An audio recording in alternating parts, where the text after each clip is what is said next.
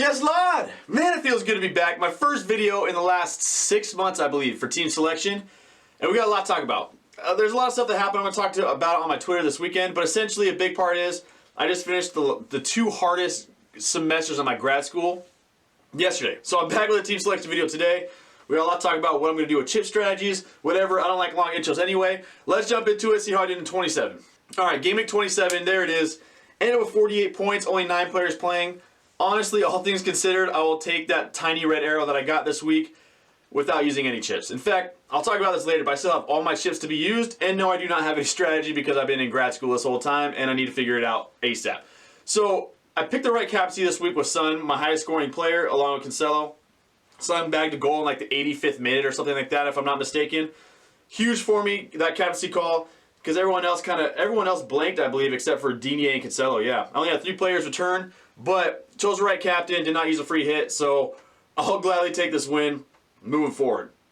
Now, also, I have to admit that I did not use see if I can do this all in one take. I did not use a single transfer either. So not only did I not use a chip, I didn't use a transfer, so I have 2 transfers going into this week. So as of right now, this is what my team looks like without using any transfer. So I have, right now, Coutinho captain. Is he the best captaincy option? I have no idea, but I love his 2 fixtures. Now, this is essentially a battle of form versus fixtures for me with Coutinho and Salah. You have Salah, who's been the best player in the world this season, in my opinion. I think a lot of people would even say that. He's been on fire. He's been killing it this season. Playing against West Ham, yes, West Ham are tough, but he's at Anfield, and he's scoring against everybody right now. And then you have Coutinho, who he hasn't looked that good lately. I think he only has, you'd have to fact check me on this one, but like 1 shot on, or he's averaging about 1 shot on target over the past few, somewhere along the lines. I just kicked my camera. About 1 shot. He's not doing too well in the expected goal involvement department either, but Southampton and Leeds look really good. Leeds are looking really leaky. They have a new manager, but it sounds like this new manager isn't going to just sit back. He's going to go for it, which I love. But Coutinho with the fixtures or Salah with the form. That's where my options are. Now, as far as the transfers I'm going to make, I have a couple options I can do. As I pull it up real quick, this is what my first one looks like. If I just use 1 transfer now, I could bring in Willock right now for Newcastle. He's got a double game week this week and then a double next week as well. This week is Brighton and Southampton. So if he starts both, which he should, from what I'm hearing, he'll come away with at least 4 points. Hopefully I don't end up on FPL images that precede unfortunate events. But that's where I'm going with right now. Now my heart's telling me to go Mount, but all my Chelsea supporters, all my homies that are Chelsea supporters I've been talking to, say that they don't necessarily like any Chelsea attackers right now. It's too hit and miss. One might start, one might not. And I talked about this a bit on my stream.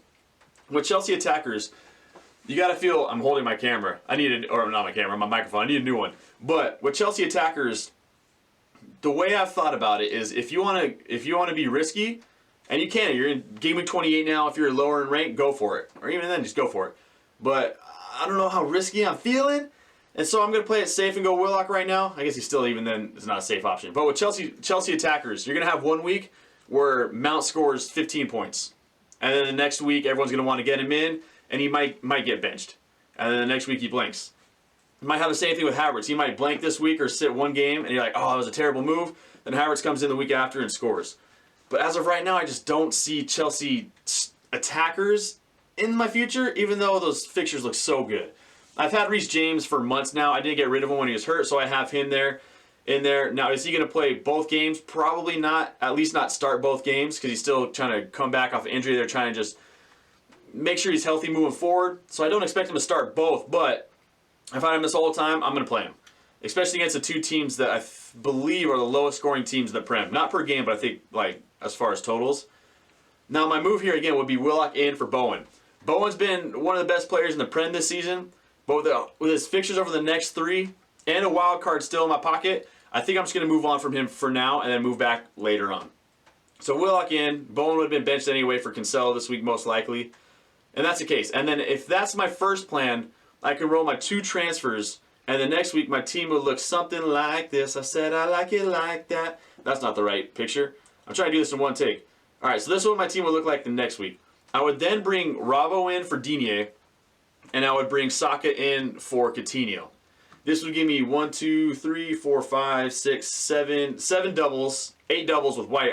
He's on my bench there. I would have him playing most likely, but I have like 8 doubles and a really solid squad moving forward. So my other plan for this game week, and I'm about 50-50 right now, is to attack it, to go all in. I could bench boost this week. Now, if I do bench boost, I will have to take a -4, but this is what my squad would look like. I would take out Bachman for Mendy, and then and again, Mendy has Burnley and Norwich, 2 very favorable fixtures for him. You can easily see him coming away with 12 points. Then you have, hopefully I don't end up on images after this. Then I would have Cancelo, I'd have White there, but I would have to take out, I'd take out Weghorst against Chelsea for Hwang, who's playing Crystal Palace and Watford. So I look at this and I think this is a great squad to bench boost. I have Mendy again, who, even though it'll take a -4 to bring him in, I could easily see him come away with 12 points here, or could very, very easily, there's a high potential for him to come away with 12 points here. I would then have Cancelo against United, White against Watford, again, and then Hwang versus Crystal Palace and Watford at home. So this could be my squad. Now I could definitely still upgrade. I think I still have a couple mil in the bank at this point, so I can still upgrade some players. But this is essentially what my team would look like. Again, I still have my bench boost, my both free hits, a triple captain, and a wild card. Do I attack this game week and really go for it, or do I kind of look to bench boost on another double game week? I don't know. I'm not sure. I don't know. What do you guys think? Should I? I don't know. Either way, the hard thing with this squad here too is the week after. I don't have it made up right now, but the week after I'm gonna have to take out Digne for Robbo, and I can't do the Coutinho to Saka move without taking a -4. And I don't know if I want to do that, or I might just keep Coutinho in. I'm not sure, but if I do this move, I can bring in Robbo for Digne. But yeah, I think I'd have to downgrade Coutinho to do so. Anyway, so that's a move right there. I'll put both of these up. I can either bench boost this week with this squad you're looking at right now, or I can keep the starting 11 the same exact as you see it here, and just have a few million in the bank and 2 free transfers rolled over to next, I'd have 2 free transfers next week. I don't know, what do you guys think? Which way should I do? Should I go the safe way and just bring in Willock, or either Willock or Mount or another midfielder out of the mid-range price, or do I just go all out, start attacking? I'm at 260k overall rank right now, and do I just really start trying to move up the ranks? What do you guys think? Let me know. Also, let me know what you think of my captain move. This is going to be a really quick video, but I enjoyed it. It's good to be back. I love all you guys. Thank you so much for your time. Again, I just finished up my hardest 2 semesters of grad school, so hopefully I have time to make these videos more and more. And if you like this team, this is a planning ahead app. This is not a sponsor, by the way, if even anyone would want to. But this is FPL.team. Check them out on Twitter. They're awesome. This is their website. Great for planning. Thank you all for watching this. Take some time in your day to make someone smile. Let me know what you think of my moves, and let me know what you're doing. Take some time out of your day to make someone smile.